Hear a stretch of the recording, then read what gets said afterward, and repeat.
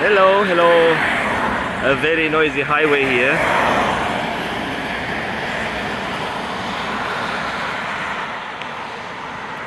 This is me. I'm trying to stay away from the noise, but unfortunately, this is Highway 99. Maybe you found this video because you were looking for alternatives to pills in case of bipolar disorder. I'm not a doctor. I'm not giving you any type of medical advice here. Today I'm going to be brief and talk about the energy imbalances in the human body that could lead to this type of bipolar disorder. And I'll give you an analogy.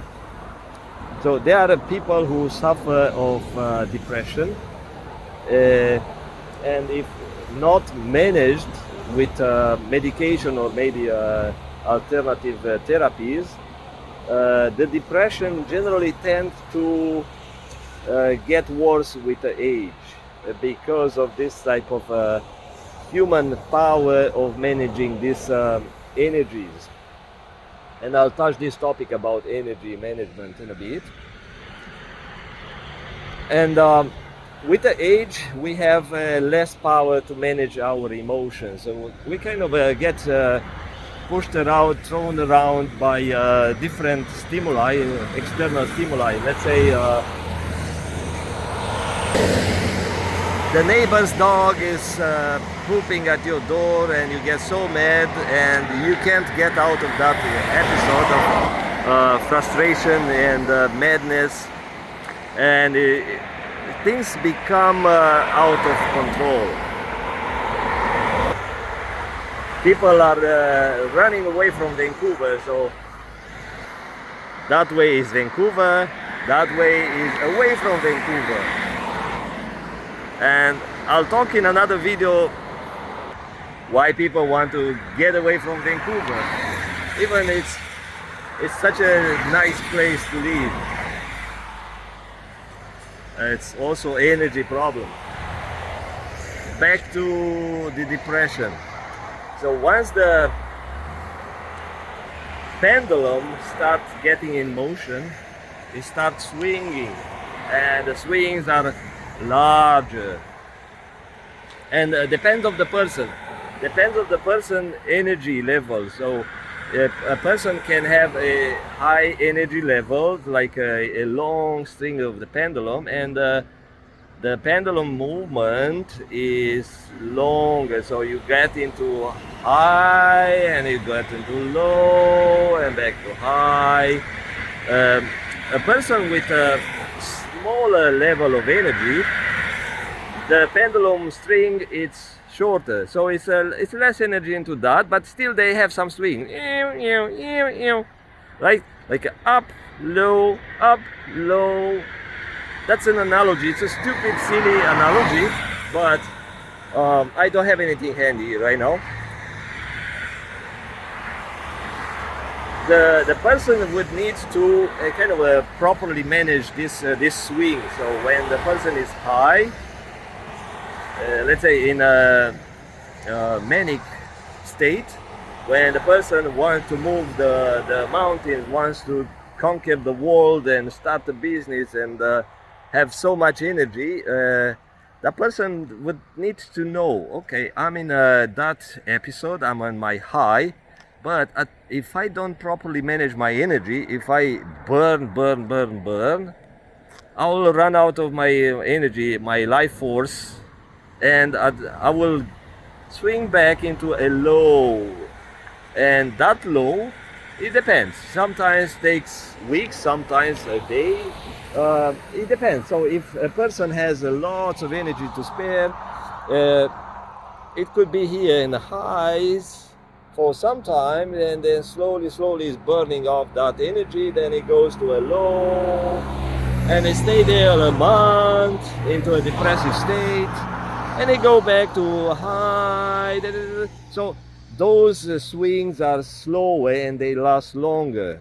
So they might enjoy an episode of euphoria and kind of a good feeling from their perspective, but like many experts are talking about, they could hurt their relationships by doing stuff without a logical power.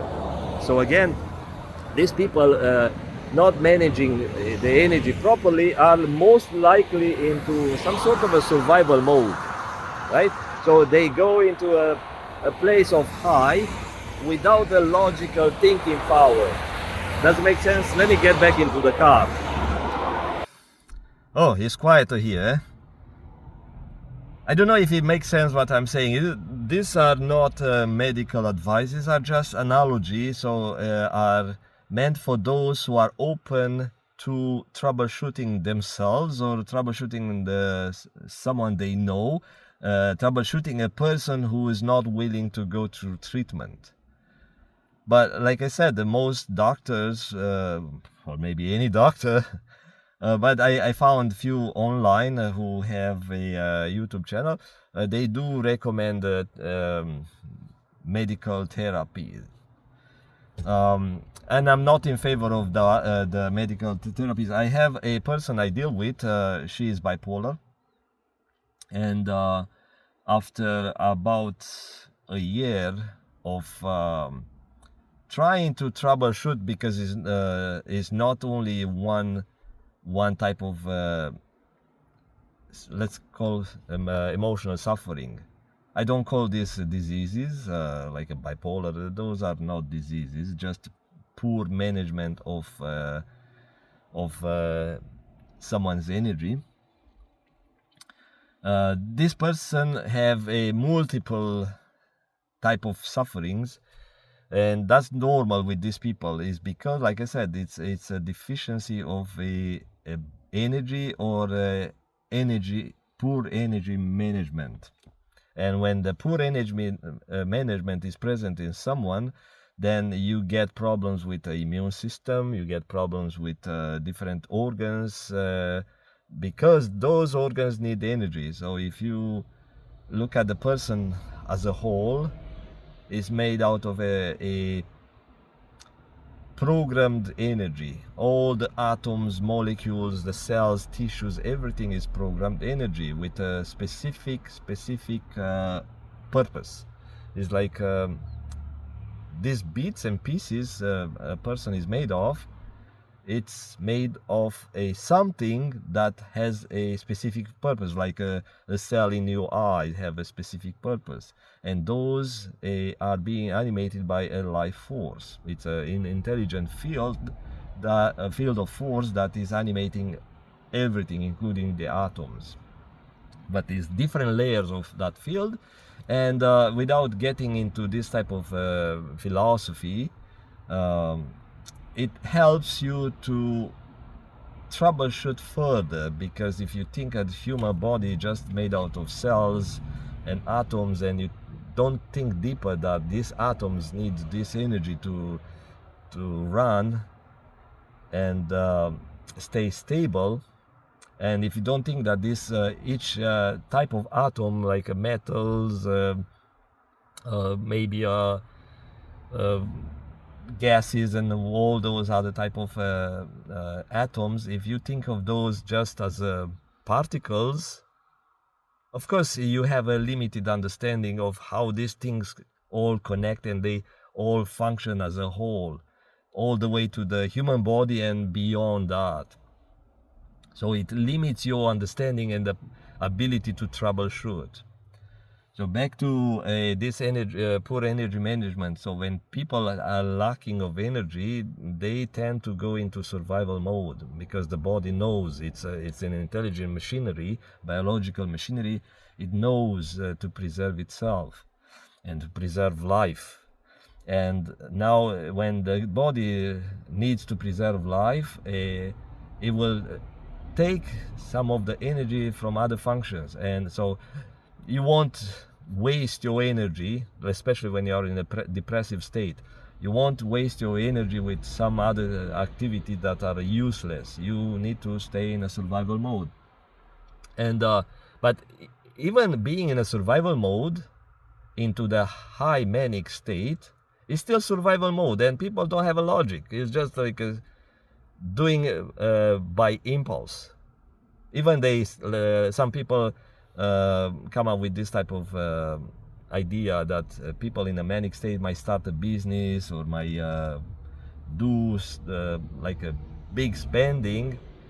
Those are impulse purchases, impulse actions, is with no logic. So it's a survival. And why is that? Because the person is in a survival mode. And why people live in a survival mode in the first place? Because of the past trauma. Past trauma programmed this person to live in a survival mode. So when the kid had no love, the kid was abused, mistreated, went through some sort of a, I don't know, you get the idea. Maybe the kid had no parents, maybe lived in an orphanage, maybe the kid lived in an environment where he was or she was bullied at school, bullied by the parents, bullied. So, I could go deeper, see how the soul came into this life experience, and it's meant to get bullied. Lots of people go from a bullying experience to another bullying experience, and they get married to narcissists, and they get bullied all their lives because they are being spiritually marked to be bullied. So now let's remove this topic of a spiritual thingy and focus on the real life. And now people who had this type of trauma, like I said, they likely are going to experience depression. They have a high adrenaline response, so they kind of are startling all the times. Anything like that comes towards them, get them into survival mode. What happened? Why? And they tend to see this depressive news. Those people are addicted to news. I tell you, because I've been there. So they're addicted to news because they want to know. They want to stay in control. That's the survival instinct, and that just deepened their depression because they don't know anything else. Nobody tells them that you need to stop watching those stupid news. You need to stop doing your Facebook stupid stuff. But these people get a state, a kind of a feeling, like I said, not only feeling in control, but a little bit of dopamine. They feel good when they know. So it's a better state of knowing that not knowing. When you're in a survival, when you discover something, let's say someone is gossiping. Oh yeah, I know. Now I know about that person, so I am in control. But also it's about because at the survival, in a survival mode, you fight or flight, and if you have power over someone else, and if you feel that you can make more money, you can be better than someone else, also part of the survival. It's a survival instinct, and you see lots of people bragging about how big their house is, but in their soul they are not happy. They just buy stuff because of that need of staying alive. It's just at a different level. And so again, this trauma can lead to narcissism, can lead to all sorts of stuff. But bipolar, let's come back to the bipolar. People get through from trauma, depression, and if they don't properly manage this energy management, they go through mood swings, which is kind of a very specific to bipolar disorder. And of course, they go to the therapies, and the therapies don't really work. Why? Because these people cannot do the therapies, cannot go with the therapies because it requires some discipline, and these people don't have the power. You need patience. You need to put some effort into a therapy, and people start the therapy and they give up. Because they don't have energy. In a survival mode, you don't have enough energy to spare. It's like during a depression, or recession, I would say, economic recession of the country. People lose jobs, people lose, they don't have food, they have to save, and they don't buy gold as an extra. They don't buy airplanes, boats, and expensive cars. They do things strictly for survival. Same thing, these people, uh, they they limit themselves in the use of the energy. Yes. They have some sort of a basic skills of energy management, but when they get into a bipolar, they kind of lose the control, and they just float around. Whatever happens. They don't know, and the thing is, they don't know what happens, because in that state they are in, they just experience it. It's like someone created a life for them, but they created their life, but they don't know, and they don't know what they are doing. And like I said, they just experience life. And sometimes they are high, sometimes they are very, very low, and they don't know what's coming, when it's coming. And yes, this one can be treated, can be prevented, but someone has to add some energy into the equation, into these people. So I did help people with bioenergy, energy. I think Reiki might work. I don't know. I have no experience with Reiki, and I stay away from that type of healing method. I try to learn it, but I learn it's something spiritual, it's not my thing. But it might help some people dealing with this type of ailment. But in my case, the type of energy I'm sending, it's I don't know if it's different than Reiki. Anyways, I know it helps. It helps to give these people some spare energy, so they can kind of focus better, and they start thinking more in a logical way, manner, than than lacking of energy and using the energy they have in their battery just for their basic survival needs. So they kind of get a little bit of a boosting. And at that time, they're kind of open to follow a treatment.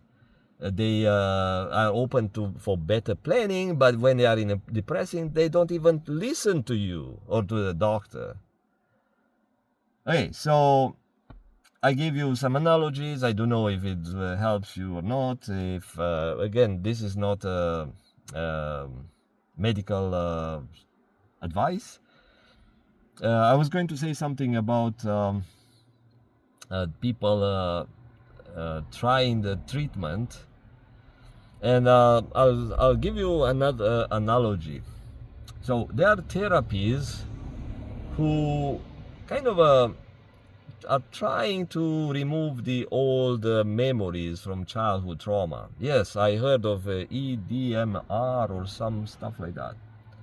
And people want those therapies. Why? Because, one, they don't want pills. Okay, nobody wants pills except the quick fixers ones who want a quick fix of their suffering. So for those who are more into naturopathic alternative medicine and stuff like that, they might feel attracted to these ideas of alternative therapies.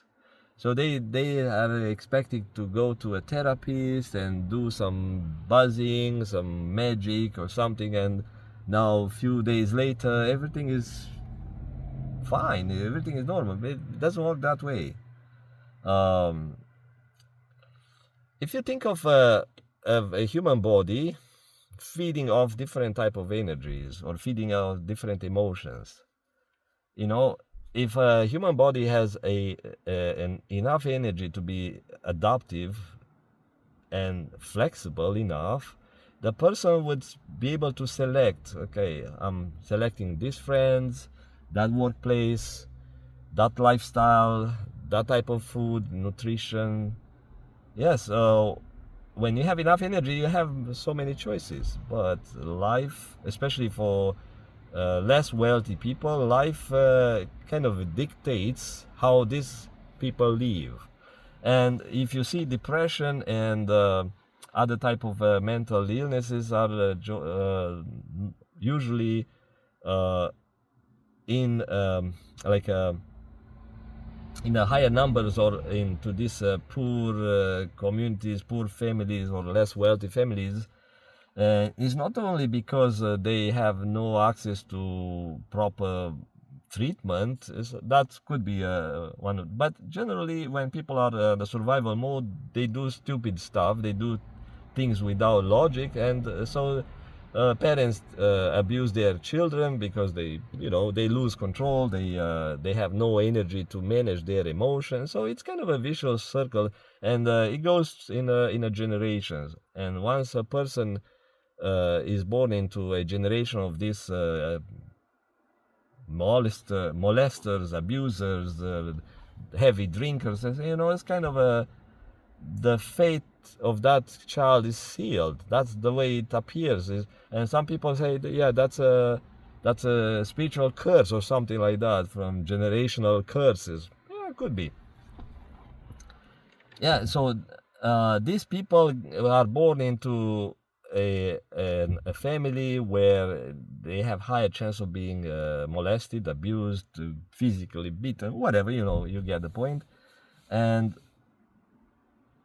they don't have the power to, when they grow up as adults, they don't have power to select a lifestyle that they would love to experience. So they're kind of, you know what, yeah, you are destined to not go to higher education, to go through a job where you will hate the job, you will be bullied and abused by your workers or managers or bosses, like you end up in some mining or construction sites or stuff like that. Yeah, I do lots of work into this type of environments, and I see the workers not enjoying what they do, and I see those workers, and it tells me, you know what, this guy grew up poor in Mexico somewhere. Yeah, I connect the dots. The therapists don't get out of their cozy office. They just see the surface.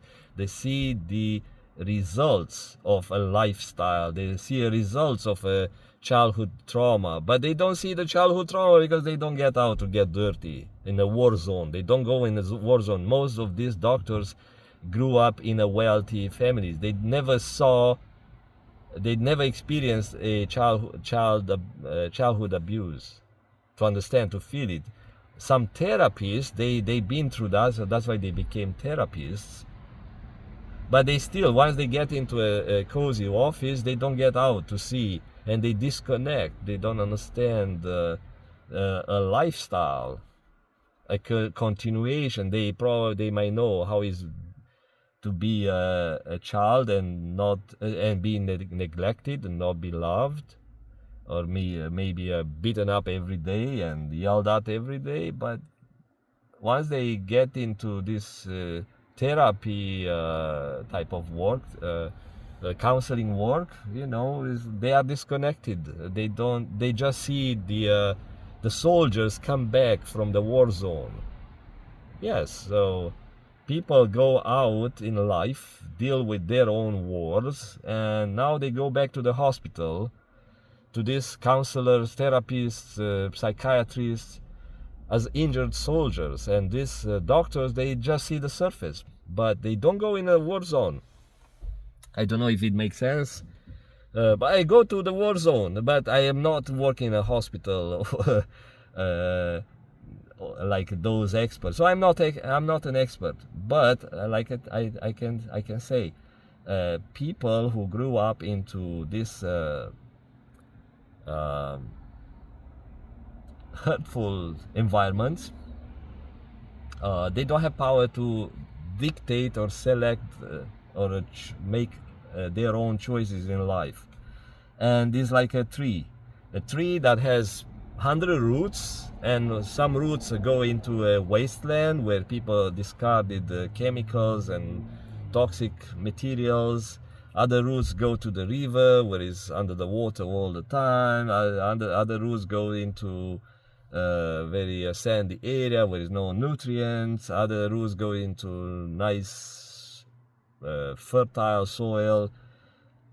But this tree doesn't have the ability to to select which root to feed from. So when it rains, some of the water is going to dissolve some of the harsh chemicals into the dump site, and is going to feed this tree.